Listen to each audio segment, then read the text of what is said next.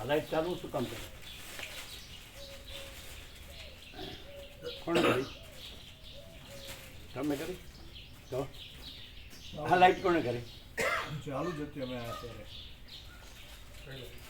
આખી રાતની ચાલુ હતી? એક ખ્યાલ નથી. રાત્રે અમે તો બંધ કરી હતી. એટલે સવારે સ્ટાર્ટ કરે પેલા જુવાન પ્રભુ તો ચાલુ કરી દીધી હશે. જવાન પ્રભુએ? સવારે લાઈટ સ્ટાર્ટ કરે. હા હા, અહીં તો આપણે જરૂર નથી.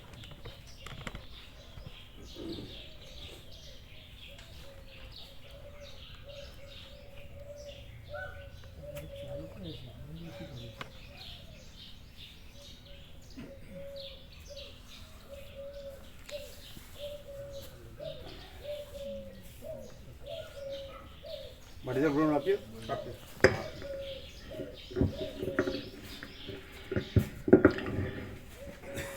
ઓમ બરાબર છે.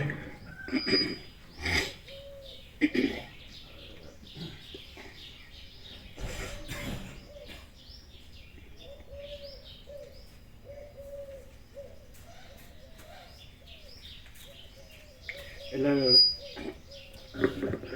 મામા પ્રભુને આનંદ તો આવે તો કહી દેવાનું કે બળદેવ પ્રભુ જોઈ લીધું બધું બરાબર છે.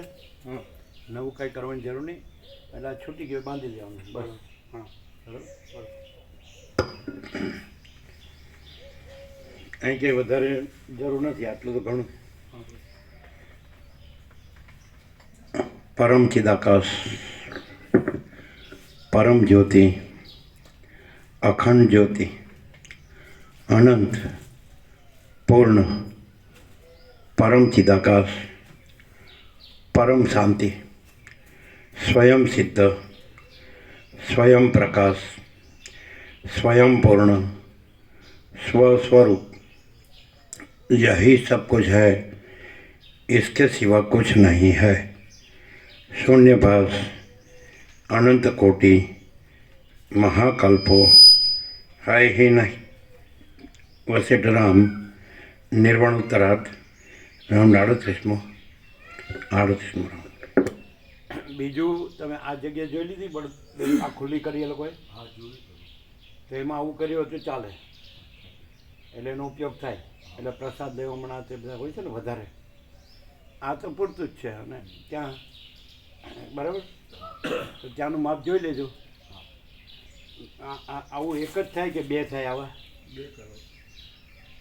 કારણ કે આમાં પહેલાં બેની વાત હતી, પછી એમણે એક કરી દીધું. એટલે એમાં એક થાય હોય તો એક કરી દેવાનું. હા હા, જો આખું એક થાય તો પછી સારું. એ તો આ બેની વાત હતી, પછી એમણે એક કરી દીધું ને, એટલે કદાચ થઈ જાય. કે પહોળાઈ વધારે છે? 50 રાઉન્ડ અબાઉટ 50 ફૂટ. આ છે એટલી જ હશે ને? ના, થોડી વધારે. આ 40 ફૂટ છે પ્રભુ, પેલું 50 ફૂટ. તો આપણે આવડું જ બનાવીએ હા તો એ તો આગળ પાછળ વૃક્ષોનો છાંયો આવી જાય ને. હા આવી જાય. એટલે એક જ બને તો ચાલે ને. સેન્ટર લેવાનું, સેન્ટર લેવાનું, એનું સેન્ટર લેવાનું, અને જેટલું પોળું થઈ શકે એટલું કરવાનું. ઊંચાઈ બરાબર છે, બરાબર છે. એ પ્રમાણેના પાઇપ કે તમારે વાંસ કે જે જોતું, દોરી. વાંસનો તો ઉપયોગ નહીં કરીએ પ્રભુ, પાઇપનો જ ઉપયોગ કરશે. એટલે વાંસ છે ને કોઈ વખતે વાંસ નહીં, દોરી, દોરી, પાઇપનો જ ઉપયોગ કરશે. મજબૂત દોરી, ઉપર નીચે દોરી બાંધી દેવાની, અને પાઇપ લઈ લેવાના બધા. હા પાઇપ નહીં. બરાબર. તો એમ કરવાનું, જેટલો પોળો થાય તો સેન્ટર લઈને એક જ તંબુ કરી દેવાનું. જી જી બે કરવાની જરૂર નહીં. ના ના એટલું તો આવી એ પ્રમાણે આ મગાવી લેવાનું મીણિયા. એટલે વચ્ચે વરસાદની બે કરીએ તો વચ્ચે પાણી નહીં થાય. આખું સળંગ હોય તો આખામાં હા, આખું એક જ. બરાબર અનુકૂળતા રહે. બરાબર. એટલે એક જ રાખો. જી જી.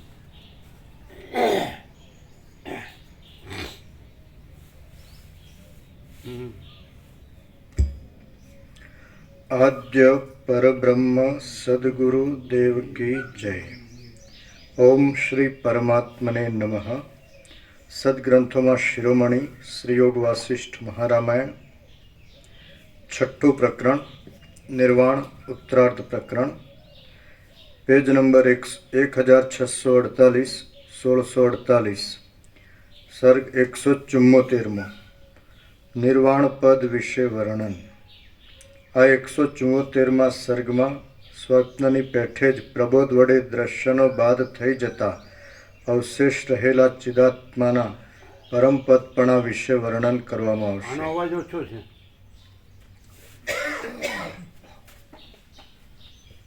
અહીં તો બરોબર છે.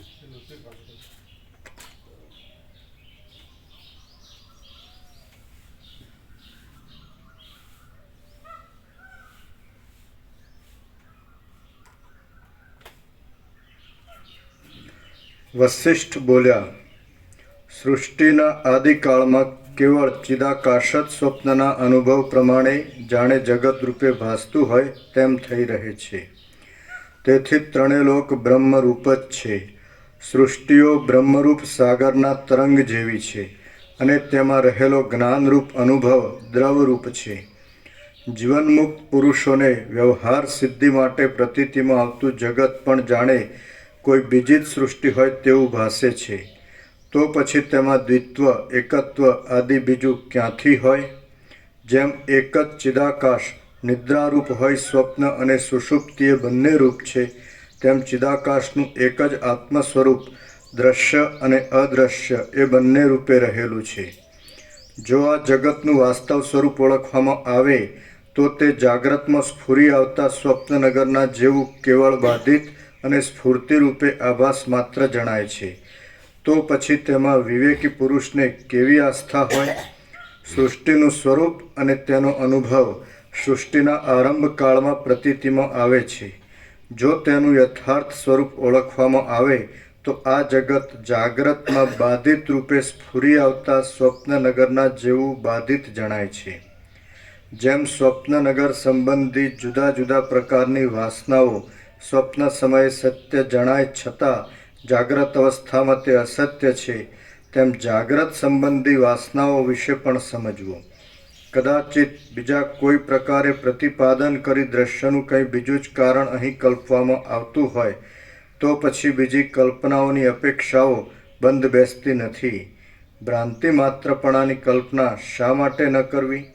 સ્વપ્ન સૃષ્ટિની પેઠે જાગ્રત સૃષ્ટિ સંબંધી આ પોતાની ભ્રાંતિ તો અનુભવ વડે જ સિદ્ધ છે. જો કાંઈ બીજું કારણ કલ્પવામાં આવે તો પણ તે અનુમાન વડે સિદ્ધ કરી શકાય. હવે અનુમાન કયા અનુભવથી અધિક થઈ શકે તેમ છે? મનુષ્ય પોતાની ઇષ્ટ સૃષ્ટિને સમજવાને અને અનિષ્ટ સૃષ્ટિને નિવારવાને સમર્થ થઈ શકતો નથી. વળી તેણે પ્રથમ વિચાર રાખેલો વિષય તેને નિશ્ચયપૂર્વક જ દેખાય તેમ પણ બનતું નથી, કિંતુ વખતે બીજા પ્રકારે પણ તે અકસ્માત તેના જોવામાં આવે છે. આ વાત અનુભવ સિદ્ધ છે. જો સૃષ્ટિ કોઈ બીજા કારણને અધીન જ હોય તો પછી મનુષ્યો તેવી સાધન સંપત્તિ મેળવી પોતાની ઇષ્ટ સૃષ્ટિને રચે, અનિષ્ટ સૃષ્ટિને નિવારે અને કશું પણ અકસ્માત દેખે નહીં. પરંતુ એ વાત કોઈ પણ રીતે બરાબર ઘટતી નથી. આમ કરો ને થોડું આગળ કરો, થોડું આમ છે આમ કરો અને થોડું આગળ કરો. દૂર છે મોઢાથી, મોઢું દૂર છે એમ નહીં, ઉપરથી સીધું કરો. મોઢાની નજીક રહેવું જોઈએ. માઇક બહુ દૂર છે એટલે અવાજ ઓછો આવે છે. જો કોઈ સૃષ્ટિ બીજા કારણને અધીન જ હોય તો પછી મનુષ્યો તેવી સાધન સંપત્તિ મેળવી પોતાની ઇષ્ટ સૃષ્ટિને રચે. ઊંચું મોઢાની નજીક રહેવું છે, બહુ દૂર રહે છે મોઢાથી, એ નીચું પડી જાય છે. હવે આમ કરો, હવે ઊંચું કરો. હા, મોઢાની નજીક હોવું છે માઇક, નહીં તો અવાજ ઓછો આવશે. હા, હવે નીચું કરો. એમનું મોઢું નીચું જાય છે બસ. જો સૃષ્ટિ કોઈ બીજા કારણને અધીન જ હોય તો પછી મનુષ્યો તેવી સાધન સંપત્તિ મેળવી પોતાની ઇષ્ટ સૃષ્ટિને રચે, અનિષ્ટ સૃષ્ટિને નિવારે અને કશું પણ અકસ્માત દેખે નહીં. પરંતુ એ વાત કોઈ પણ રીતે બરાબર ઘટતી નથી. તેથી આ દ્રશ્ય સ્વપ્ન શૈલીની પેઠે ભ્રાંતિ સ્વરૂપ જ છે. જ્ઞાનનો ઉદય થયા વિના નિર્વિકલ્પ સમાધિ થાય તો તે પણ પરમ જડતારૂપ છે, અને સવિકલ્પ સ્થિતિ થાય તો તે પણ સંસાર રૂપ જ છે. તેથી કદાચિત ધ્યાન કે સમાધિનો લાભ થાય તો પણ જ્ઞાન થયા વિના તે કોઈ પુરુષાર્થ રૂપ સંભવતું નથી.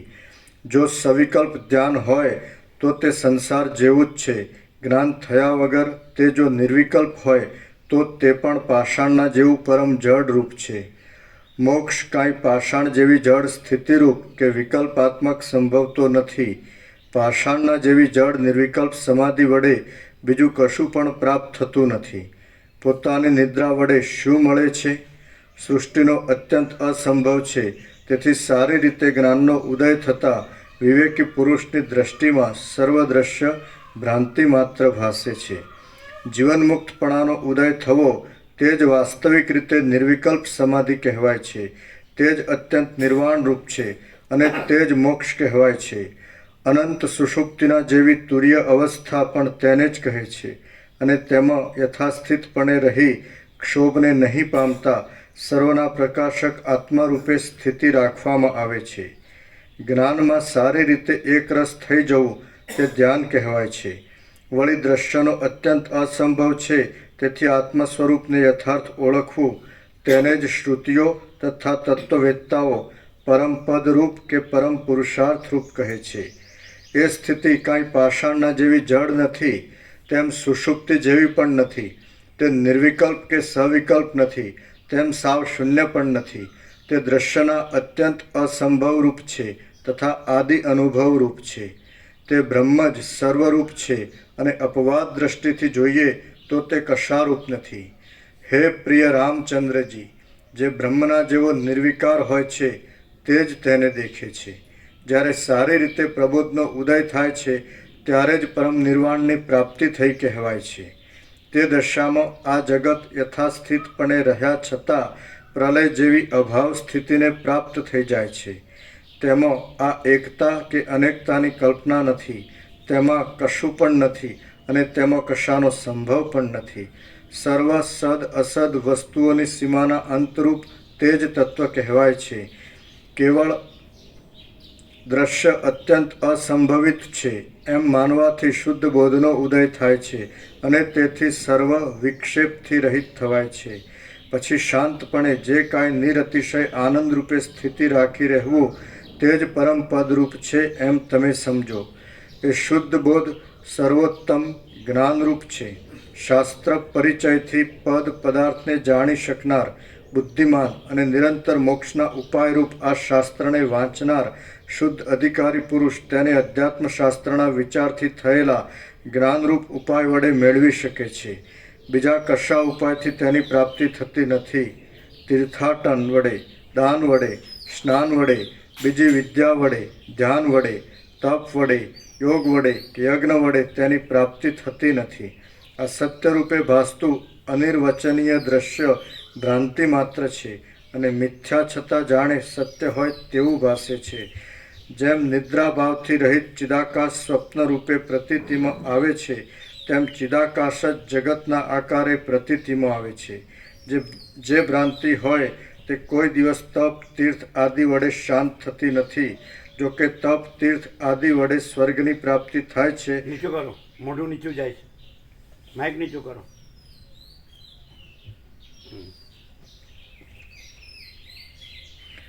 જે ભ્રાંતિ હોય તે કોઈ દિવસ તપ તીર્થ આદિ વડે શાંત થતી નથી. જો કે તપ તીર્થ આદિ વડે સ્વર્ગની પ્રાપ્તિ થાય છે, પણ તે વડે મુક્તપણાનો લાભ મળતો નથી.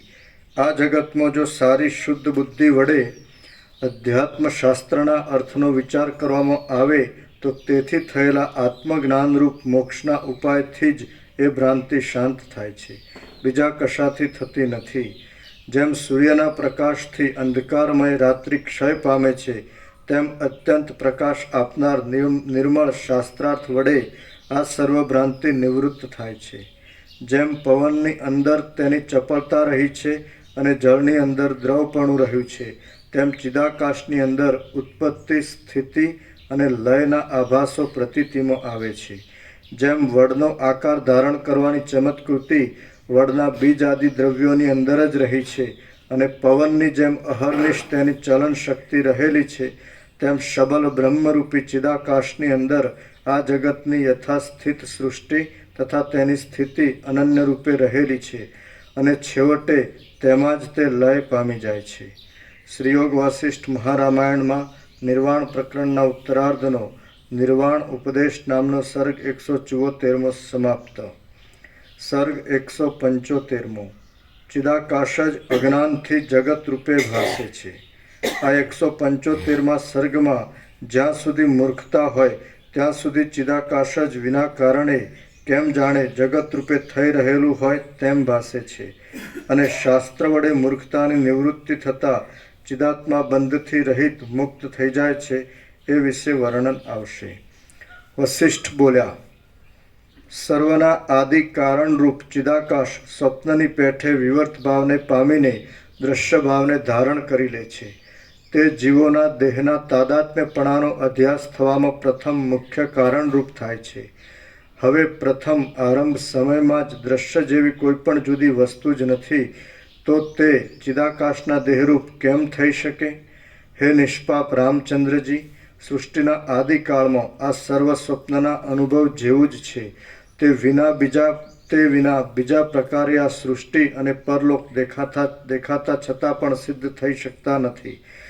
સ્વપ્ન સ્ત્રીના સમાગમની પેઠે આ દ્રશ્ય મિથ્યા છે, કેવળ શાંત ચિદાકાશ રૂપ છે. અનુભવરૂપ ચિદાત્મા જ અવિદ્યાને લીધે આ પ્રમાણે અસત્ય જગત રૂપે ભાસે છે.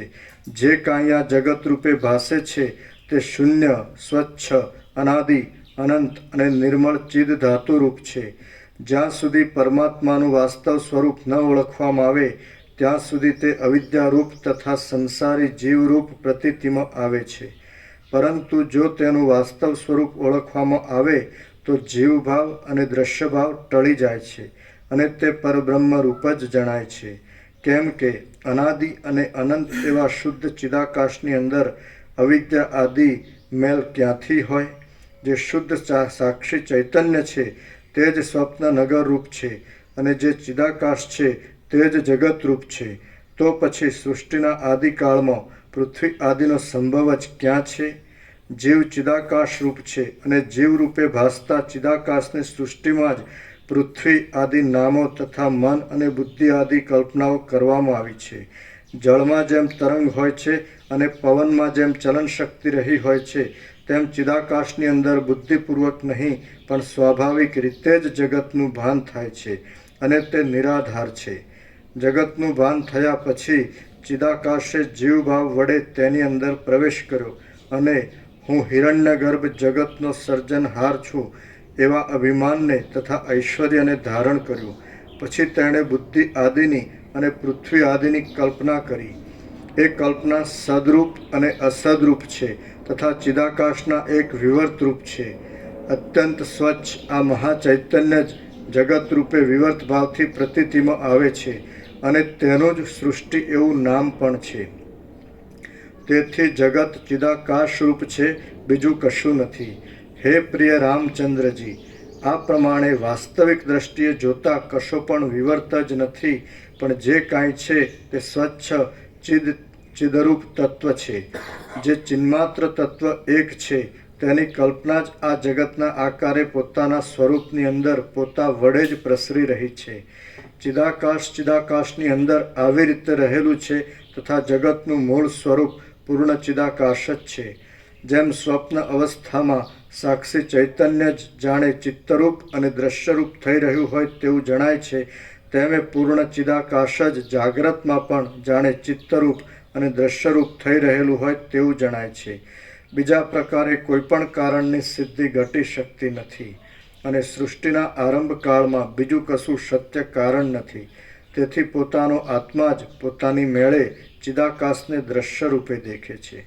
સ્વપ્નની પેઠે જ આ દ્રશ્ય દેખાતા છતાં આકાર આદિ ધર્મોથી રહિત છે અને સ્વપ્નમાં તથા આ જગતમાં કશો પણ બીજો ભેદ નથી. તેથી સિદ્ધ થાય છે કે સર્વ ચિદાકાશ રૂપ છે અને તેની અંદર આકાશ આદિની પેઠે શૂન્યતા દ્રશ્યનો અભાવ રહેલી છે. આ પરબ્રહ્મ સર્વરૂપથી રહિત છે અને તે એક જ પોતે પોતાના સર્વાત્મ ભાવથી આવા અનેક રૂપે થઈ રહેલ છે. આ વાત સ્વપ્નમાં અનુભવાય છે. આત્મા જ પોતે જાણે સ્વપ્નરૂપ થઈ રહ્યો હોય તેમ તે વખતે જણાય છે. એ અનેક રૂપે દેખાતા છતાં એક રૂપ જ છે. તે જ પ્રમાણે આ સર્વ અનેક રૂપે દેખાતા છતાં એક નિર્મળ શુદ્ધ બ્રહ્મરૂપ છે. બ્રહ્મ જ પોતે પોતાના સ્વરૂપની અંદર ચિદભાવને લીધે જીવભાવને કલ્પી લે છે અને પોતાના સ્વચ્છ રૂપને નહીં છોડતા છતાં જાણે મનરૂપ બની ગયું હોય તેવું થઈ જાય છે. પછી તે મનઃ સમષ્ટિ રૂપે આ સર્વ પ્રપંચને વિસ્તારી દેતું હોય તેમ ભાસે છે. પરંતુ વસ્તુતઃ જોતા તે ચિન્મય હોવાથી ચિદાકાશ રૂપ જ છે. આમ તે જાણે જગત રૂપે થઈ ગયું હોય તેવું જણાય છે અને અવિકારી છતાં જાણે વિકારી હોય તેમ પ્રતીતિમાં આવે છે. મન જ હિરણ્ય ગર્ભ રૂપે છે અને તે સૃષ્ટિના હૃદયની અંદર રહી નિરંતર સર્વને ઉત્પન્ન કરે છે તથા તેનો સંહાર પણ કરે છે. જેમ સ્વપ્નની અંદર નિરાકાર ચિત્ત સ્વપ્ન સૃષ્ટિ રૂપે પ્રતીતિમાં આવે છે તેમ પૃથ્વી આદિથી રહિત એ મનરૂપ બ્રહ્મા પોતાના નિરવયવ હૃદયની અંદર ત્રણેય લોકરૂપ થઈને તેવા રૂપે પ્રતીતિમાં આવે છે અથવા બીજા પ્રકારે પણ તેની પ્રતીતિ થાય છે.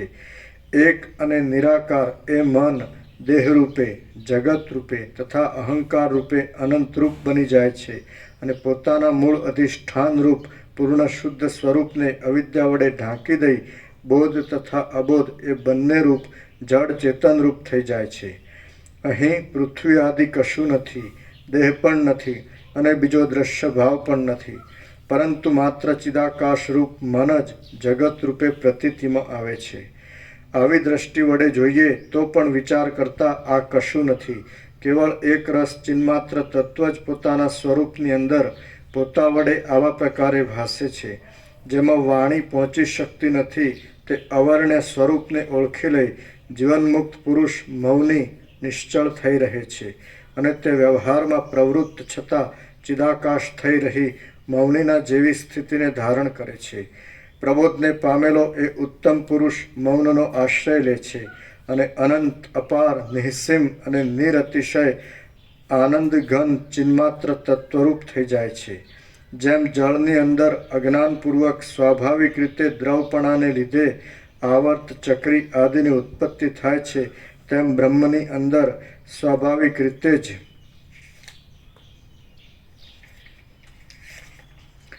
પોતા વડે જ જળ એવા બુદ્ધિ તથા ચિત્ત આદિ ઉત્પન્ન થઈ જાય છે. જેમ પવન બુદ્ધિપૂર્વક નહીં કિંતુ સ્વાભાવિક રીતે જ ચલન શક્તિને ઉત્પન્ન કરે છે અને તે તેનાથી અભિન્ન છે, તેમ પરમાત્મા બુદ્ધિ આદિને સ્વાભાવિક રીતે જ ઉત્પન્ન કરે છે અને તે તેનાથી અભિન્ન છે.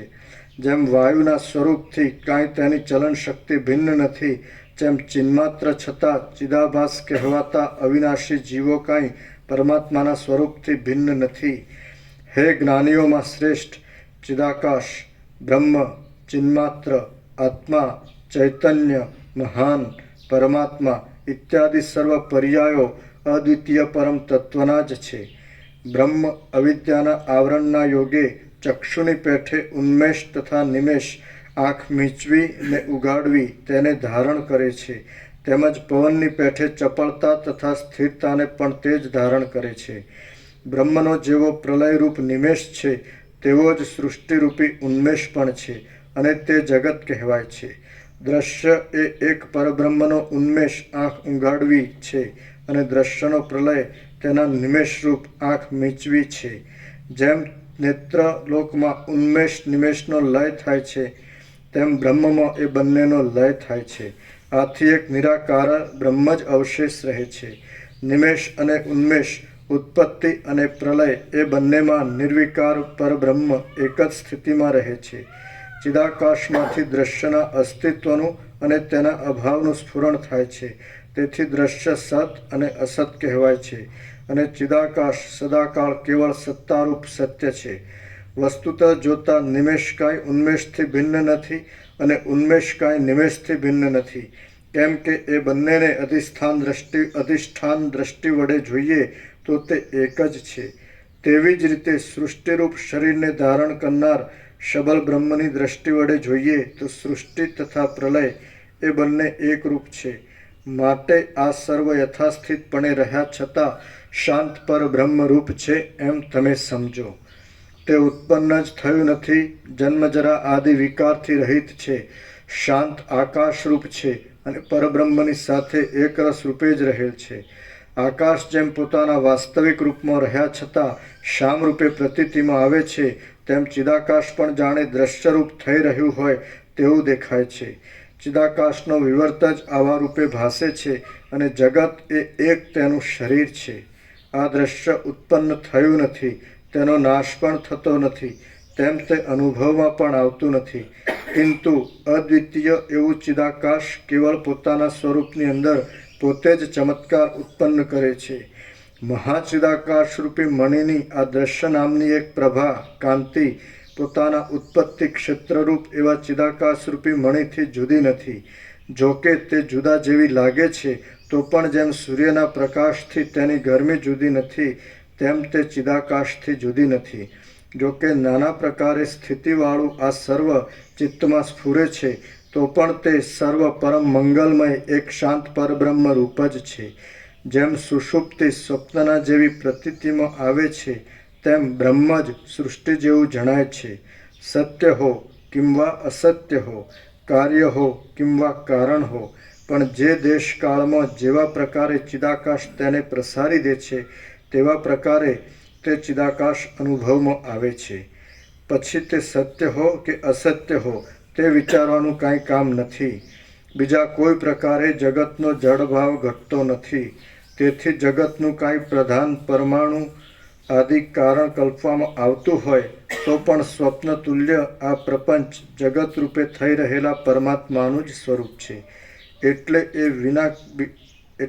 એ વિના બીજે પ્રકારે કંઈ પણ બીજું ઘટતું નથી.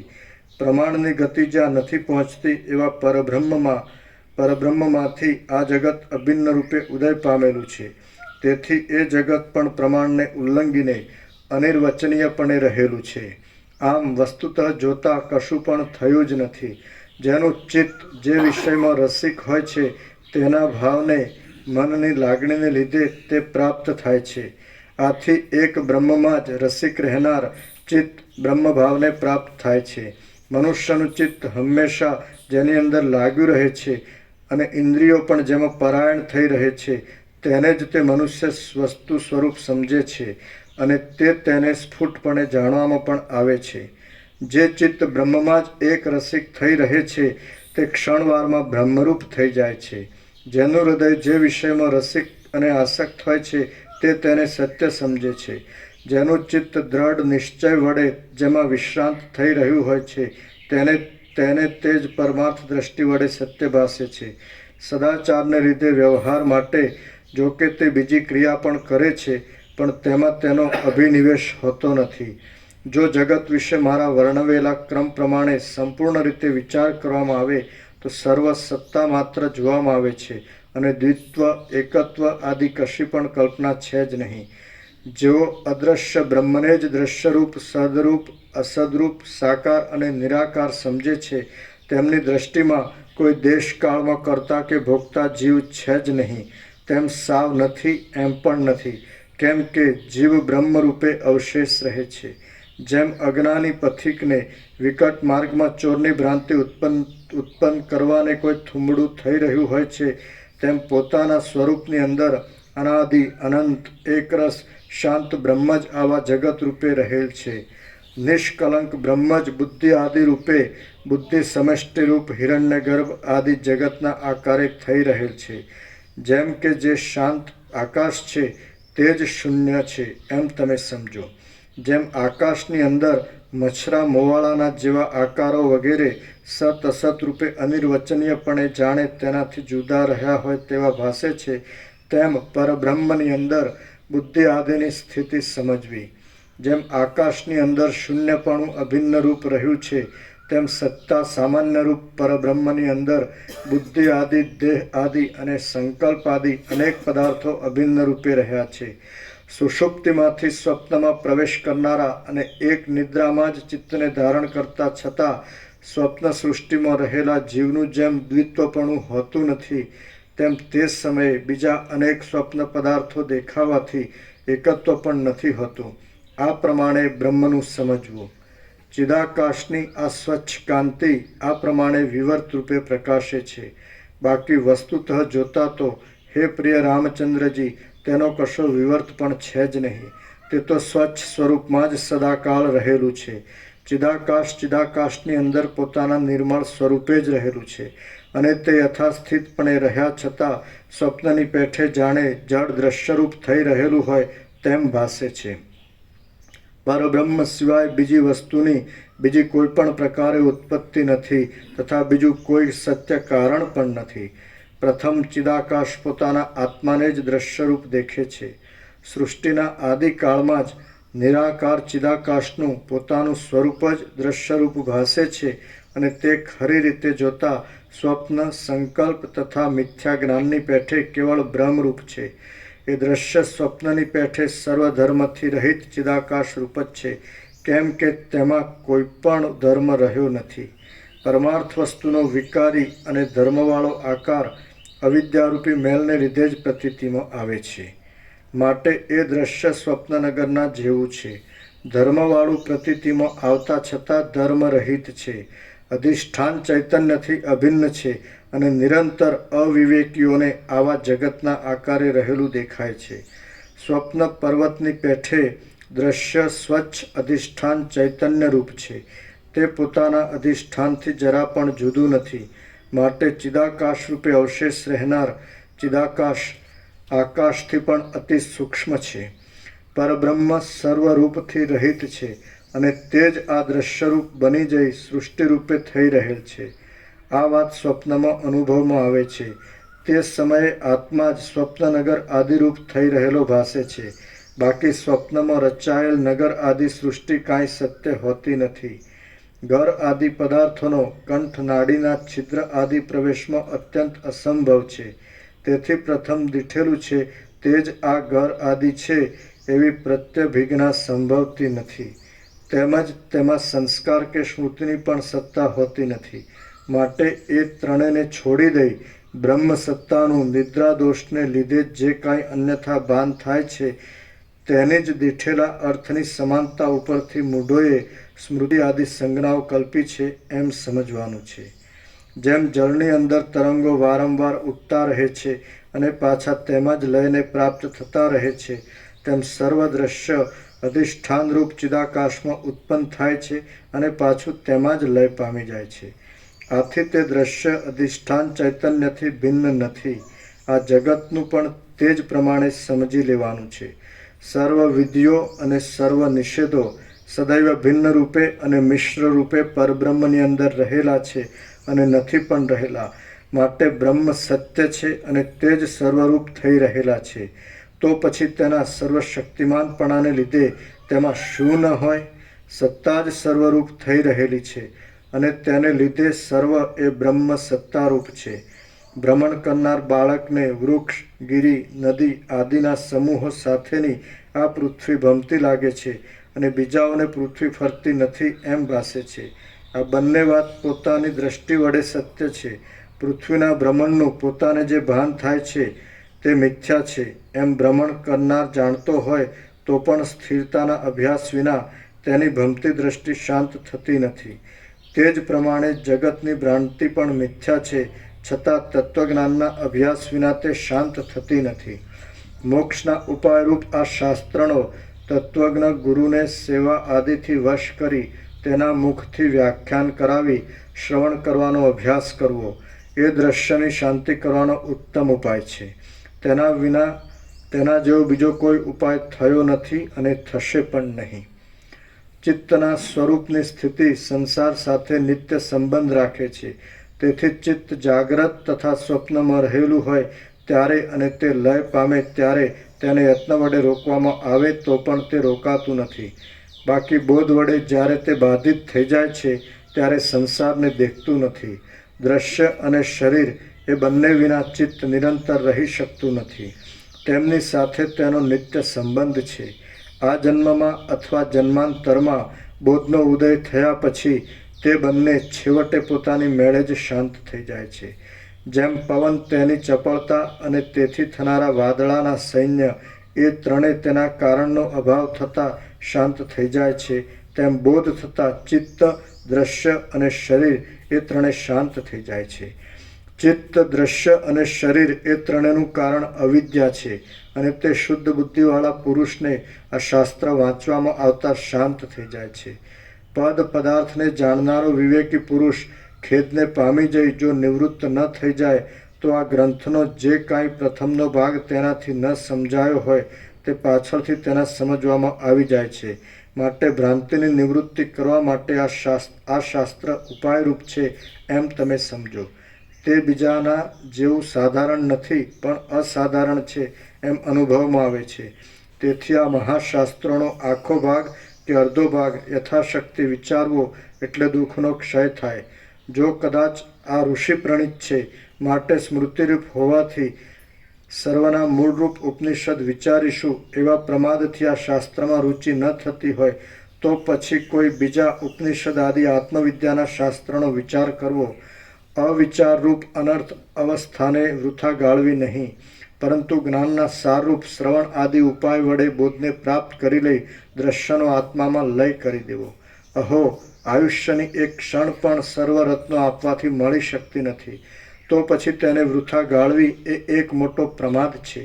આ દ્રશ્ય પ્રત્યક્ષ અનુભવમાં આવે છે, છતાં સ્વપ્નમાં આવતા પોતાના મરણ અને બાંધવોના વિલાપની પેઠે તે જીવની સાથે સર્વથા છે જ નહીં અને તેની પ્રતીતિ થયા છતાં તે મિથ્યા જ છે. શ્રીયોગ વાસિષ્ઠ મહારામાયણમાં નિર્વાણ પ્રકરણના ઉત્તરાર્ધનો અદ્વૈત યુક્તિ નામનો સર્ગ 175મો સમાપ્ત. સર્ગ 176મો. ચિદાકાશના પરમાણુમાં બ્રહ્માંડ ભાસે છે. આ 176મા સર્ગમાં ચિદાકાશના પરમાણુની અંદર પણ સ્વપ્નની પેઠે સૃષ્ટિના આદિકાળમાં અનેક બ્રહ્માંડો ભાસે છે એ સંબંધમાં બ્રહ્માજીએ કહેલું બ્રહ્માંડ આખ્યાન વર્ણવવામાં આવશે. રામ બોલ્યા, હે મહારાજ, અસંખ્ય જગતો હમણાં વિદ્યમાન છે, અસંખ્ય જગતો હવે પછી થશે અને પ્રથમ પણ અસંખ્ય જગતો થઈ ગયેલા છે, તો તેની કથા વડે આપ શા માટે બોધ કરો છો? વસિષ્ઠ બોલ્યા, જગતરૂપી સ્વપ્નોની અંદર શબ્દનો તથા અર્થનો જે સંબંધ છે તે અતીત, વર્તમાન આદિના દ્રષ્ટાંત વિના તમારા સમજવામાં બરોબર આવે નહીં. તેથી જ અહીં શ્રવણના અધિકારી થયેલા પુરુષોને પણ તે સમજાય નહીં. તેથી મારું એ કહેવું કાંઈ વ્યર્થ નથી. જે કથા વાચ્ય વાચક ભાવરૂપે નિશ્ચિત થયેલા અર્થ અને શબ્દ વડે કહેવામાં આવે છે તે જ અંદર સમજણમાં ઉતરે છે, બાકી બીજી કથા સમજાતી નથી અને કાંઈ વ્યવહાર ઉપયોગી પણ થતી નથી. જ્યારે તમે વિદિત વેદ્ય થઈ નિર્મળ ત્રિકાળ જ્ઞાનવાળા થશો ત્યારે તે સર્વને પ્રત્યક્ષ રીતે દેખશો. સ્વપ્નની અંદર જેમ એવું ચિન્માત્ર તત્વ જ પોતે સ્વપ્ન સૃષ્ટિરૂપ ભાસે છે, તેમ અતીત અને ભાવિ સર્વ સૃષ્ટિના આદિકાળમાં ચિન્માત્ર તત્વ પોતે જ તે સૃષ્ટિરૂપ થઈ જાય છે. એટલો જ અંશ અહીં ઉપયોગી છે, બાકી બીજું કશું અહીં ઉપયોગી નથી.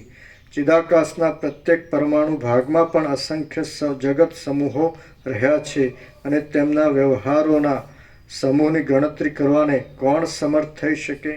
આ સંબંધમાં કમળમાં રહેવાથી તેના મકરંદ વડે વ્યાપ્ત દેહવાળા મારા પિતા પદ્મસંભવ બ્રહ્માજીએ પૂર્વે મને એક આખ્યાન કહેલું છે. હું તે તમને કહું છું, તે તમે સાંભળો.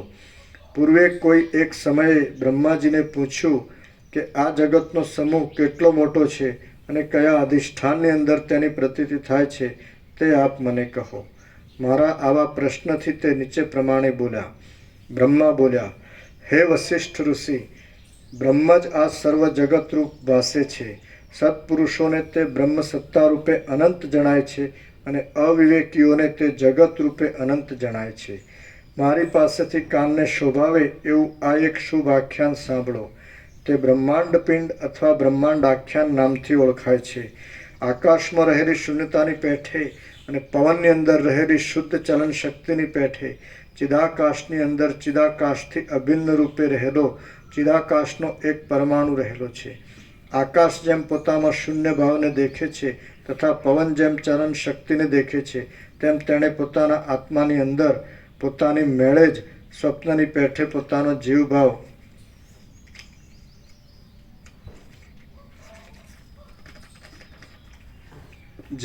સમષ્ટિ જીવપણું જોયો. પછી એ જીવ પોતાનું આકાશ જેવું અવિકારીપણું, અસંગપણું, પૂર્ણપણું અને સૂક્ષ્મપણું નહીં છોડતા આકાશના જેવા પોતાના સ્વરૂપને અહંકાર રૂપે જોવા લાગ્યો. અહંકારે પોતાના સ્વરૂપમાં બુદ્ધિભાવને જોયો અને તે બુદ્ધિ એક નિશ્ચયનું નિર્માણ કરનારી તથા માયાને અનુકૂળ વર્તનારી છે. એ બુદ્ધિ આ જગતરૂપી સ્વપ્નની અંદર પોતાના નિર્વિકલ્પ આત્માને વિકલ્પોના આરોપ વડે ઢાંકી દે છે અને તેણે હું મનરૂપ છું એવા મિથ્યા ભાવને પોતાનામાં દીઠો. પછી જેમ અવિવેકીની બુદ્ધિ સ્વપ્નના પર્વતને નિરાકાર છતાં સાકાર રૂપે દેખે છે, તેમ તેણે સ્વપ્નના જેવા દેહની અંદર નિરાકાર એવી 5 ઇન્દ્રિયો સાકાર જોઈ. આમ ચિદાકાશનો એ પરમાણુ મનોદેહની સમષ્ટિરૂપ બની ગયો અને પોતાના સ્વરૂપને ત્રિલોકીરૂપી વિરાટના આકારે જોવા લાગ્યો. તે વિરાટ અપરિચ્છિન્ન હતો, વિસ્તીર્ણ હતો, અનેક પ્રાણીઓ વડે યુક્ત હતો, નાના પ્રકારના સ્થાવર જંગમ જીવોવાળો હતો, કલ્પના તથા કાળ વડે સંયુક્ત હતો અને કલ્પિત એવા અન્યોન્ય સમાગમ વડે યુક્ત હતો. વસ્તુતઃ જોતા તો એ ચિદાકાશનો પરમાણુ અને વિરાટ એ બંનેનું સ્વરૂપ ચિદાકાશ જ છે. પ્રત્યેક જીવ સ્વપ્નમાં દ્રષ્ટા, દ્રશ્ય અને દર્શન, ભોગતા, ભોગ્ય અને ભોગ તેમજ કર્તા, કાર્ય અને ક્રિયા એ 3 ત્રિપુટીથી મનોહર ત્રૈલોક્ય નગરને અરીસામાં પ્રતિબિંબિત થઈ રહેલું હોય તેમ દેખે છે. તેવી જ રીતે પ્રત્યેક જીવ આ જાગ્રત દ્રશ્યમાં પણ દ્રષ્ટા, દ્રશ્ય અને દર્શન, ભોગતા, ભોગ્ય અને ભોગ તેમજ કર્તા, કાર્ય અને ક્રિયા એ 3 ત્રિપુટીથી મનોહર ત્રણેય લોકને હૃદયની અંદર જાણે અરીસામાં પ્રતિબિંબ થઈ રહેલા હોય તેમ દેખે છે. આવી રીતે ચિદાકાશના એક પરમાણુના અતિ સૂક્ષ્મ ઉદરમાં પણ મોટા તથા વિશાળ એવા અનેક જગતો રહેલા છે અને તે જાણે જીવો વડે ઘટ્ટ ભરેલા હોય તેવા ભાસે છે. એ પ્રમાણે આ અવિદ્યાને અવિદ્યાના રૂપે જોવામાં આવે તો તે અનંત છે. જો તેને બ્રહ્મરૂપે સમજવામાં આવે તો તે નિર્મળ બ્રહ્મરૂપ થઈ જાય છે. આમ જગતરૂપી અનેક સ્વપ્ન સમૂહને જોનારો દ્રષ્ટા જો જગતને બ્રહ્મરૂપ સમજે તો તે પોતે તેનો દ્રષ્ટા પણ નથી, કેમ કે અદ્વિતીય બ્રહ્મસત્તામાં દ્રષ્ટા, દ્રશ્ય, દ્વૈત અને કારણ એ સર્વ ક્યાં રહ્યું? આભાસ રૂપે પ્રતીતિમાં આવતું અને સત્ય રૂપે જણાતું આ સર્વ કેવળ ભેદથી રહિત ચિદાકાશ રૂપ છે. બ્રહ્મ સ્વચ્છ, અનાદિ અને અનંત છે અને તે પોતાના સ્વરૂપમાં જ સદાકાળ રહેલ છે.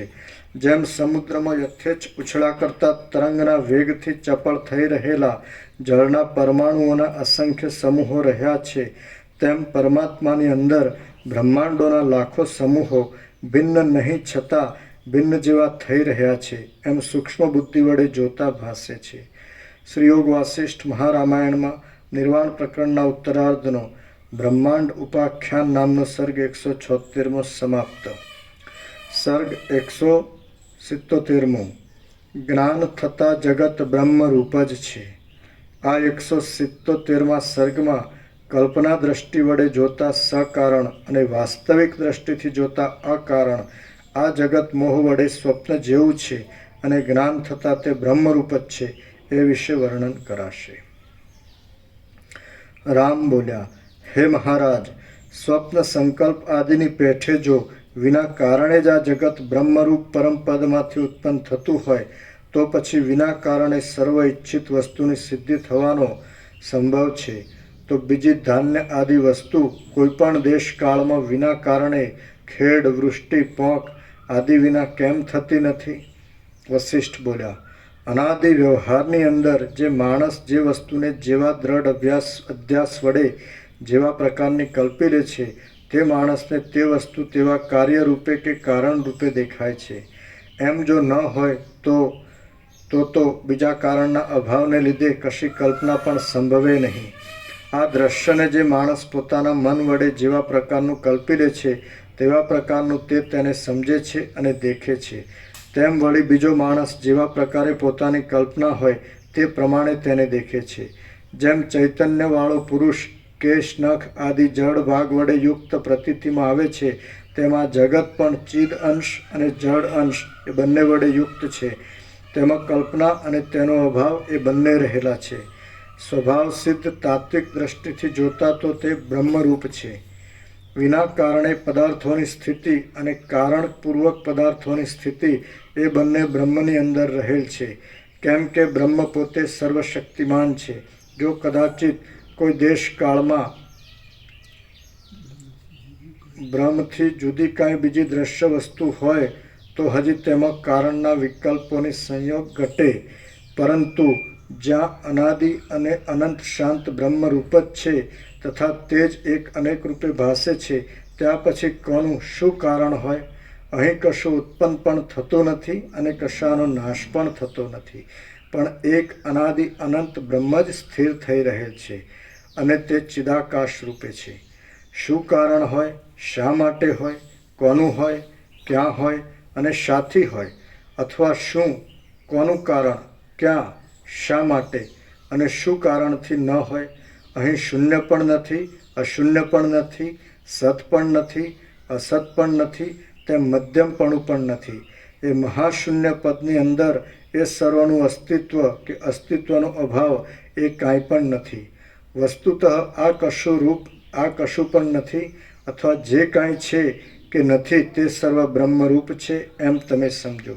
અધ્યારોપ દ્રષ્ટિથી જોતા બ્રહ્મ જગત જેવું ભાસે છે અને અપવાદ દ્રષ્ટિથી જોતા તે તેવું નથી. રામ બોલ્યા, હે સમર્થ મહારાજ, અવિવેકીઓની દ્રષ્ટિથી જોતા કાર્યનું કાંઈ પણ કારણ હોય એમ સંભવે છે, તો પછી કારણ વિનાનું શું છે અને શી રીતે તેનું નિષ્કારણપણું ઘટે તે આપ મને કહો. વસિષ્ઠ બોલ્યા, તત્વજ્ઞ પુરુષની દ્રષ્ટિમાં અવિવેકી પુરુષ જ સત્યરૂપે નથી, તો પછી જે આકાશ વૃક્ષની પેઠે અસત્ય છે તેનો વિચાર કેવો હોય? વિવેકી જ્ઞાનનિષ્ઠ પુરુષો એક બોધમય અને વિજ્ઞાન ઘનરૂપ હોય છે, તો પછી તેમને મિથ્યારૂપ એવા અર્થમાં વસ્તુમાં કેવો વિચાર હોય? જેમ સ્વપ્ન અને સુષુપ્તિ એ બંને નિદ્રાના અવયવરૂપ થઈ રહે છે ત્યારે તે બંનેનું સ્વપ્ન સ્વરૂપ નિદ્રા વિના બીજું કાંઈ રહેતું નથી, તેમ અજ્ઞપણું અને બોધરૂપ આત્માની અંદર અજ્ઞપણું પણ બોધરૂપ આત્માની અંદર જ ભાસે છે અને આત્માના એક અવયવ જેવું થઈ રહે છે. તેથી તે કાંઈ જુદું નથી, એટલે તે વિશે કાંઈ કહેવા જેવું નથી. છતાં મૂર્ખને બોધ થાય તે માટે હું તેની બુદ્ધિને અનુસરીને કહું છું કે નિર્વિકાર બ્રહ્મ સૂક્ષ્મ છે અને તે પોતે જ સર્વરૂપ થઈ રહેલ છે. આથી કેટલાક પદાર્થો સકારણપૂર્વક છે અને કેટલાક અકારણ પણ છે. જેની બુદ્ધિ જેવા દ્રઢ અધ્યાસ વડે જેની કલ્પના કરે છે તેવું તેને ભાસે છે. સર્વ અનુભવી તત્વવેત્તાઓની દ્રષ્ટિમાં સર્વ કારણો શાંત થઈ જાય છે. એ પછી સૃષ્ટિનું કશું કારણ રહેતું નથી. આથી સૃષ્ટિ કારણ વિનાની છે. આ સ્વપ્ન, ગંધર્વનગર, ઝાંઝવાના જળ ઇત્યાદિ જેવા જગતમાં તેનું સત્યપણું સિદ્ધ કરવા માટે ઈશ્વર, પ્રધાન, પરમાણુ આદિ કારણ, વૈશેષિક આદિ કોઈ કલ્પી લે છે, પણ તે બેસ્વાદ, કડવું છે અને વાગજાળ છે. વિદ્વાનોને તો તે હૃદયંગમ લાગતું નથી, તેથી તેઓ એ પક્ષનો આદર કરતા નથી. બીજા પ્રકારે નહીં ઘટી શકવાથી દ્રશ્યની બીજી કાંઈ પણ સ્થૂળ આકારે પ્રતીતિમાં આવતી દ્રશ્યતા સ્વપ્ન તુલ્યતાની કલ્પના કર્યા વિના વાસ્તવિક નથી. સૂતેલા પુરુષને સ્વપ્નમાં જે કાંઈ સ્વપ્ન પૃથ્વી આદિનો અનુભવ થાય છે તેમાં અધિષ્ઠાન ચૈતન્ય વિના બીજું શું છે તે તમે જ કહો. સ્વપ્નનો પદાર્થ વળી કેવો હોય?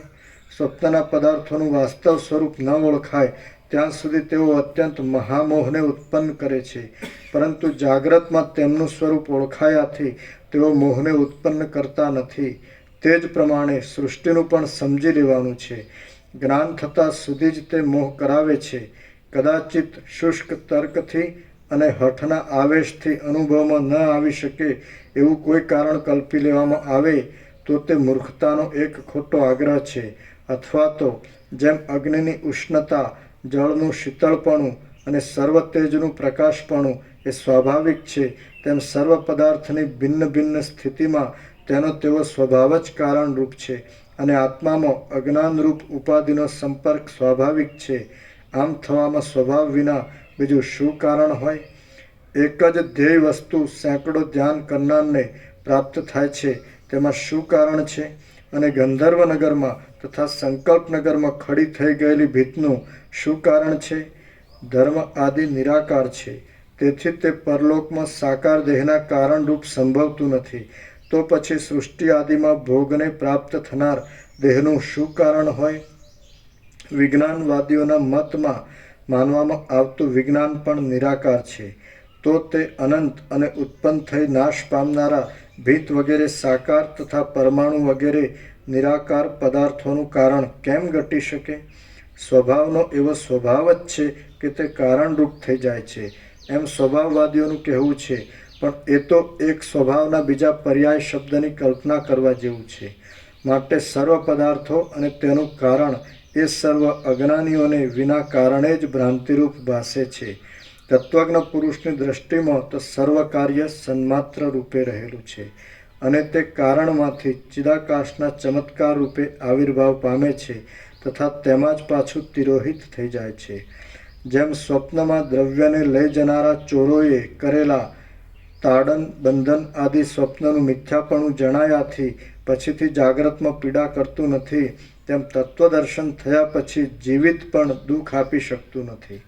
સૃષ્ટિના આરંભકાળમાં આ દ્રશ્ય ઉત્પન્ન જ થયું નથી, પરંતુ જેમ પોતાનું સાક્ષી ચૈતન્ય સ્વપ્નમાં સ્વપ્ન સૃષ્ટિના જેવું ભાસે છે, તેમ ચિદાકાશ જ દ્રશ્યરૂપ ભાસી રહ્યું છે. બીજું કશું અહીં ઘટી શકતું નથી. આ યુક્તિ વિના બીજી કોઈ પણ કલ્પના બંધ બેસતી દેખાતી નથી. માટે આ જગતની કલ્પના બ્રહ્માનુભવરૂપ છે.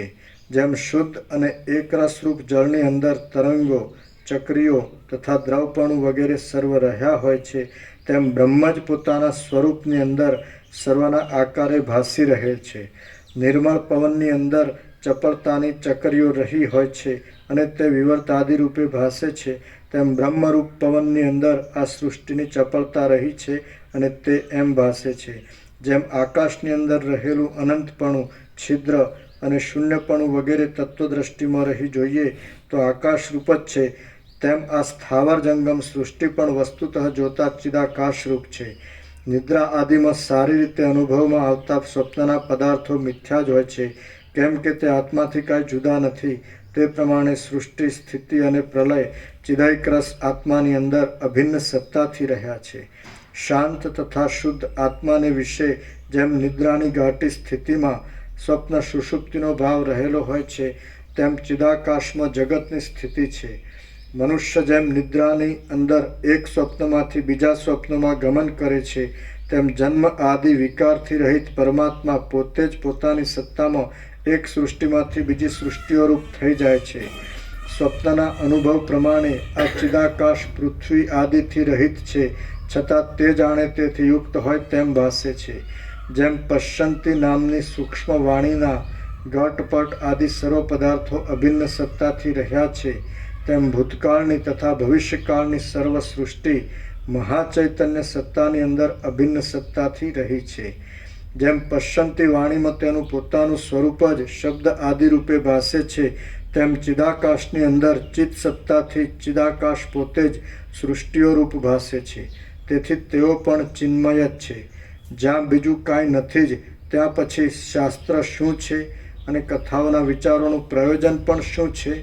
વાસનારહિત જે જીવન છે તે જ મોક્ષરૂપ છે. આમ કારણના અભાવને લીધે જો સૃષ્ટિ જ નથી, તો પછી આ નાના પ્રકારની પ્રપંચની રચના પ્રત્યક્ષ દેખાતા છતાં પણ કાંઈ જ નથી. જે આ વાસના અહીં પ્રપંચના બીજ રૂપે સિદ્ધ છે, તે નિરંતર અને એક એવી બોધ સત્તા રૂપ જ છે. તે નાના પ્રકારના ભાવોથી તથા નાના પ્રકારના પદાર્થોથી રહિત છે. સ્વપ્નમાં જેમ ચિદાત્મા જ સ્વપ્નનગર આદિરૂપ થઈ રહે છે, તેમ ચિદાકાશ જ એ સર્વ નાના પ્રકારના પદાર્થોરૂપ ભાસે છે. શ્રીયોગ વાસિષ્ઠ મહારામાયણમાં નિર્વાણ પ્રકરણમાં ઉત્તરાર્ધનો સત્યવર્ણન નામનો સર્ગ 177 સમાપ્ત. આમાં હવે ચિદાકાશ જ છે અને આ ભ્રાંતિ પાસે છે. તો જે મસ્તીટે કેવું અવાજ ઓછો છે, ઓમ ઓછો છે અવાજ.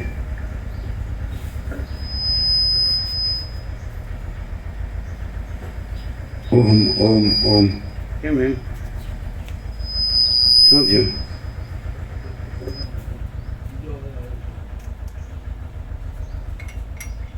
ઓમ અવાજ ઓછો કેમ?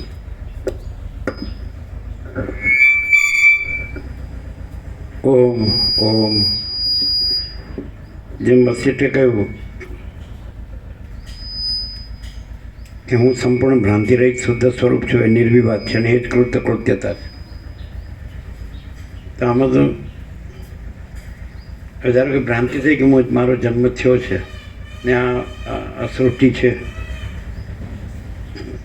તો વસિષ્ઠ કે જે જન્મથી મનુષ્ય આત્મજ્ઞાન પ્રાપ્ત કરી લેવું જોઈએ, અથવા 7-8 વર્ષનો બ્રહ્મચારી બટુકે આત્મજ્ઞાન પ્રાપ્ત કરી લેવું જોઈએ. 2 વખત આવે છે. એટલે શું આત્મજ્ઞાન? ત્યાં સરળ શ્રવણ કરે એટલે એનો ભ્રાંતિ ન રહે કે હું જન્મ્યો છું અને આ જગત છે. એટલે એને ખબર પડે કે આ તો બધું ચિદાકાશ છે અને ભ્રાંતિ છે જ નહીં. એટલે જ્યાં પોતે છે ત્યાં પણ પોતે ભ્રાંતિરૂપ પોતે નથી, પણ ચિદાકાશ રૂપ પોતે છે. એવી રીતે બહુ સરસ. હવે આ સરળ શ્રવણ તો બીજો ઉપાય જ નહીં. જો એવો ભ્રમ હોય કે હું જન્મ્યો છું ને આ જગત છે, પછી તો આ બધું ભ્રાંતિમાં તો જેમ સ્વપ્નમાં બધી ભ્રાંતિ પાસે છે એવી રીતે આ જાગૃતની ભ્રાંતિ છે. અને બધી રીતે એટલું બધું એટલે ચોખ્ખું આમ ક્લિયર કરે છે કે આ બધું કેવળ અનંત શુદ્ધ ચિદાકાશ છે. અને આ બધી જે જન્મની ભ્રાંતિ છે કાંઈ જ નથી.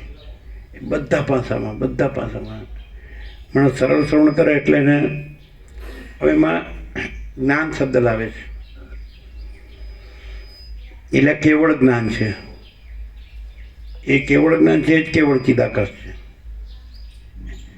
ચૈતન્ય પ્રકાશ. એટલે એ જે ભ્રાંતિ છે એ જ અજ્ઞાન છે અને ચિદાકાશ છે એ જ જ્ઞાન છે.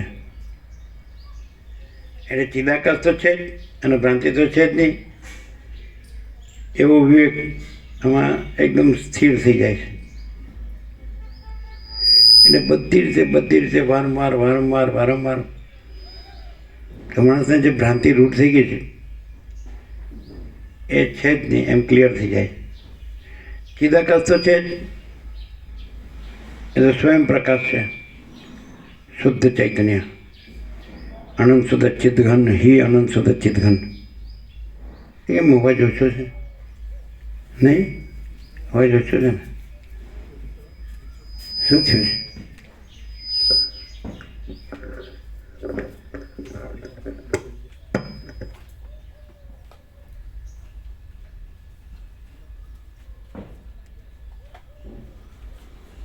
ઓમ ઓમ ઓમ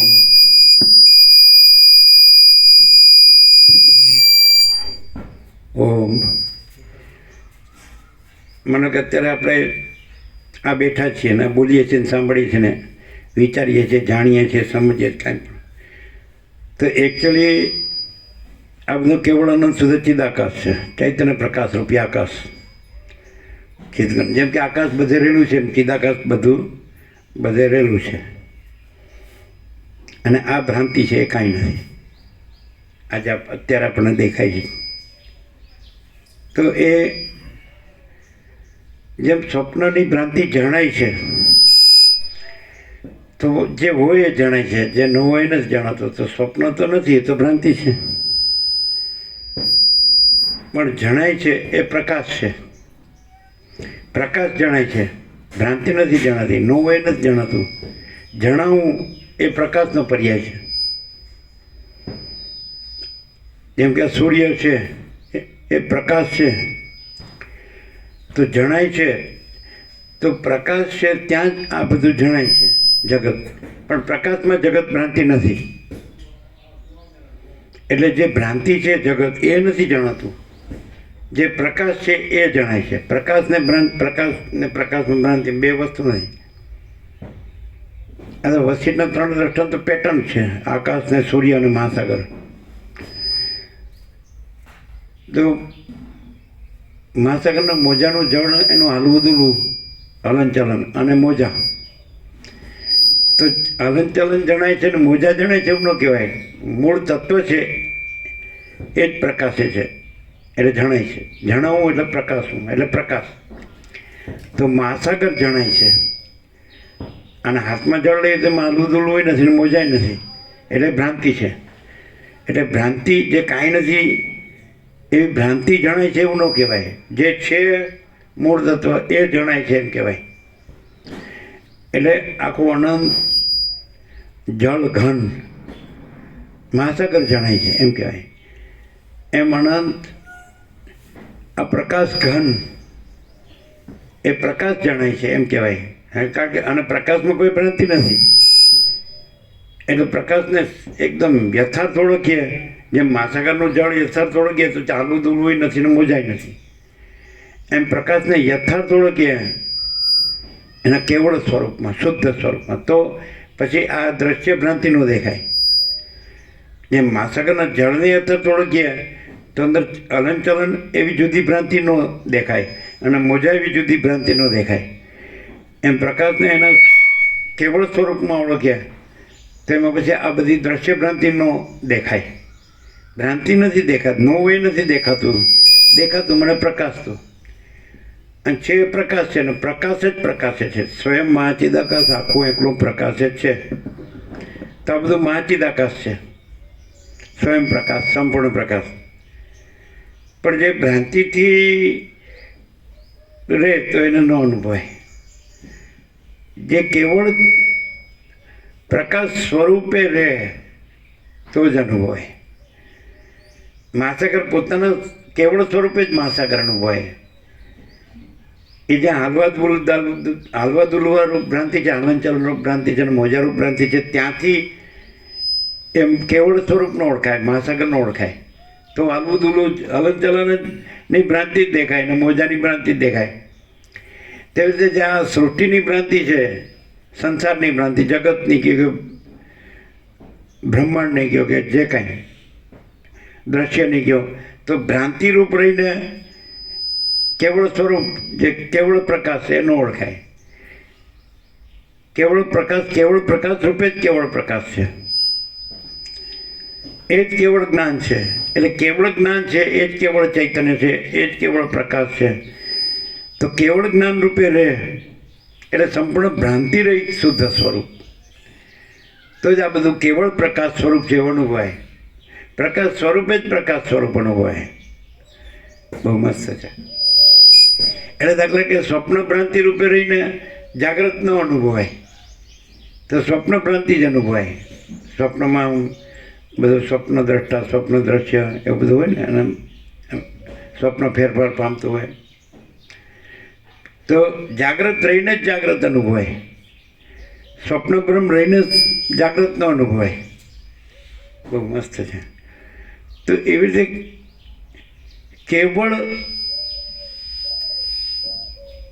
આમાં એક મસ્ત સત્તાક્ષર બને, અનંત બ્રહ્મ ચૈતન્ય સત્તા સ્ફૂર્તિ, લગભગ 17 અક્ષર થશે. અનંત પૂર્ણ બ્રહ્મ ચૈતન્ય સત્તા સ્ફૂર્તિ, અનંત પૂર્ણ બ્રહ્મ ચૈતન્ય સત્તા સ્ફૂર્તિ, ગણો 17 અક્ષર હશે. એ છે આ બધું. અનંત પૂર્ણ છે, કેટલા થાય? અનંત પૂર્ણ બ્રહ્મ ચૈતન્ય સત્તા સ્ફૂર્તિ.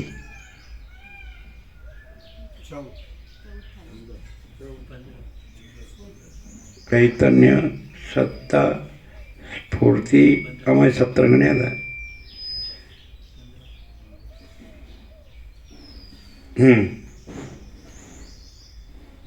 ચૈતન્ય પ્રકાશ સત્તા સ્ફૂર્તિ, પ્રકાશ અમે 17 ગણેલા. અનંત પૂર્ણ બ્રહ્મ ચૈતન્ય પ્રકાશ સત્તા અથવા સત્તા પ્રકાશ શું લેશો પહેલાં? ચૈતન્ય સત્તા પ્રકાશ અને સ્ફૂર્તિ તો થઈ ગયું ને 17. આ છે આ બધું એક 17 કહેવું તો આ બધું આ છે અનંત પૂર્ણ ચૈતન્ય સત્તા પ્રકાશ બરાબર છે. ચૈતન્ય અનંત પૂર્ણ બ્રહ્મ ચૈતન્ય સત્તા પ્રકાશ સ્ફૂર્તિ બરાબર છે. એવી રીતે આવશે. તો આ બધું આ છે 17 કહેવું હોય તો આ બધું આ છે. શું છે? બધું આવી જાય. અનંત પૂર્ણ બ્રહ્મ ચૈતન્ય સત્તા પ્રકાશ સ્ફૂર્તિ. તમે પહેલાં સ્ફૂર્તિ બોલ્યા, પ્રકાશ રહી ગયો બરાબર. તમે મનમાં બોલો તો અહીંયા સંભળાય.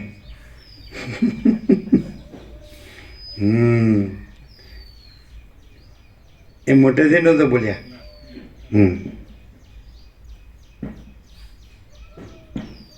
પેલાના માણસો હતા ને તો દૂર 2 જણ વાતો કરતા હોય ને તો એના મોઢાના હલનચલનથી જાણી લે કે આ શું વાતો કરે.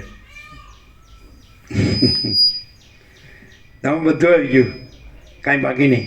જો અનંત, જો પૂર્ણ, જો બ્રહ્મ, જો ચૈતન્ય, જો સત્તા, જો પ્રકાશ, જો સ્ફૂર્તિ. હવે અહીંયા છે ને સત્તા અને સ્ફૂર્તિ 2 નથી, એ સત્તા જ છે. મહાસાગર ને મોજા 2 નથી, એ મહાસાગર જ છે.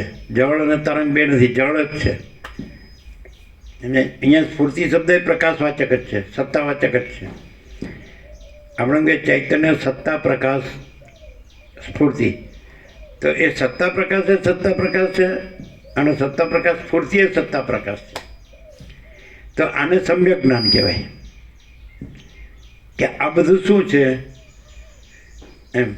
એટલે પ્રશ્નો તો ઘણા પૂછાય છે, હું કોણ છું ના સંસારમાં શું છે ને. પણ કેવળ જ્ઞાનમાં પછી જુદું કાંઈ જ નથી. આપણે એમ કહીએ કે મહાસાગર એટલે પછી મહાસાગર, આપણે સૂર્યપ્રકાશ એટલે સૂર્યપ્રકાશ, આપણે આકાશ એટલે આકાશ. પછી એમાં કોઈ ભેદાભેદ નહીં, અનંત અખંડ અભેદ. તો હાવ સીધું. એટલે જે ભેદનો ભ્રમ થયો છે એ કાંઈ નથી. અનંત પૂર્ણ બ્રહ્મ ચૈતન્ય સત્તા પ્રકાશ સ્ફૂર્તિ એ બધું અનંત એક રૂપ જ છે. જેમ મહાસાગરમાં જળ અનંત એક રસ છે, અનંત એક રસ છે, એવી રીતે જેમાં સૂર્યપ્રકાશ અનંત એક રસ છે, અનંત એક રસ છે, એવી રીતે. જો પૃથ્વીના બધા માણસને જો જ્ઞાન થઈ જાય શોર્ટમાં કે આ બધું છે એ ચિદાકાશ છે, આ એકદમ પરમ શાંતિ જ રહે. એનો પર્યાય જે છે મહાચિદાકાશ પરમ કૈવલ્ય પરમ શાંતિ, અનંતપૂર્ણ મહાચિદાકાશ અનંતપૂર્ણ પરમ ચિદાકાશ પરમ શાંતિ, પરબ્રહ્મ પરમ શાંતિ. કારણ કે એ સ્વરૂપ તમે ઓળખો તો પરમ શાંતિ જ છે, બીજું કંઈ છે જ નહીં. પરમ પ્રકાશ પરમ આનંદ પરમ શાંતિ, મહાચિદાકાશ પરમ આનંદ પરમ શાંતિ. એટલે પછી કે દુઃખ 3 કાળમાં નથી, અમારો આખરી ઉપદેશ છે એવું કે. અને આપણે કહીએ મહાચિદાકાશ ખુદ રહા है, दूसरा नहीं है. મહાચિદાકાશ ઉપર કોઈ પ્રભાવ નહીં है. એ તમે કોઈ પણ ભ્રાંતિ રાખો તે ટકશે નહીં. ભેદનો ભ્રમ કોઈ પણ હું આ છું, આ જગત છે, પછી આ પોતે છે, બીજા છે, પોતાનું છે, બીજાનું છે, પછી આ બધા ભેદાભેદ છે, બડા છોટા ભલા બુરા, આ કોઈ સત છે, કોઈ અસત છે, સાચું છે, ખોટું છે, સારું છે, નરસું છે, કોઈ ઊંચું છે, કોઈ નીચું છે, આ બધું દેખાય છે ને એ ભ્રાંતિથી દેખાય. કોઈ રાય રંગ છે, કોઈ ઊંચ નીચ છે, કોઈ ગરીબ તવંગર છે, કોઈ પુરુષ સ્ત્રી છે, કોઈ વિદ્વાન મૂર્ખ છે, કોઈ સંસારી ત્યાગી છે. તો આ બધું ભેદના ભ્રમથી દેખાય. પણ જો માણસ અનુભવી લે આ તો પરમ ચિદાકાશ પરમ જ્યોતિ અખંડ જ્યોતિ જ છે, આ તો મહાચિદાકાશ સ્વયં પ્રકાશ સંપૂર્ણ પ્રકાશ જ છે. આ તો પૂર્ણ બ્રહ્મ અનંત તેજ ઘન અનંત ચિત ઘન જ છે. આ તો પરમાકાશ કેવલ અનંત શુદ્ધ તેજ ઘન જ છે. આ તો પરમાકાશ અખિલ આત્મા પૂર્ણ બ્રહ્મ પરમાત્મા જ છે. પરમ શાંતિ, અનંત પ્રકાશ, અનંત આનંદ, અનંત શાંતિ જ છે. એને પછી અનુભવને જ્ઞાન શબ્દ જુદો પાડવાની જરૂર નહીં. જો હૈ સો હૈ. આકાશ આકાશ છે, પછી આકાશનો અનુભવ ને આકાશનું જ્ઞાન કે આકાશનો બોધ એમ કહેવાની જરૂર નહીં. એ બધું આકાશના જ પર્યાયો છે. મહાસાગરનું અનુભવ ને મહાસાગરનું જ્ઞાન ને મહાસાગરનો બોધ મહાસાગરના પર્યાયો જ છે બધા. અનુભવ ને જ્ઞાન ને બોધ જુદા કહેવાની જરૂર નહીં. મહાસાગર મહાસાગર છે એટલે પ્રકાશ. આ સૂર્યપ્રકાશ છે, આ ત્રૈલોક્યમાં ભરપૂર છે. તો પછી પ્રકાશ અનુભવ ને પ્રકાશ જ્ઞાન ને પ્રકાશ બોધ એમ જુદું કહેવાની જરૂર નહીં. એના પર્યાયો જ છે. પ્રકાશ પ્રકાશ અનુભવ પ્રકાશ, પ્રકાશ જ્ઞાન પ્રકાશ, પ્રકાશ બોધ પ્રકાશ, આકાશ અનુભવ આકાશ, આકાશ જ્ઞાન આકાશ, આકાશ બોધ આકાશ, મહાસાગર અનુભવ મહાસાગર, મહાસાગર જ્ઞાન મહાસાગર, મહાસાગર બોધ મહાસાગર. એટલે આ જે અનંત પૂર્ણ બ્રહ્મ ચૈતન્ય સત્તા પ્રકાશ સ્ફૂર્તિ એ જ છે. પછી એનો અનુભવ એ પણ એ જ. अनंत ही अनंत है, अनंत में अनंत ही है. तो अनंत अनुभव अनंत, अनंत ज्ञान अनंत, अनंत बोध अनंत,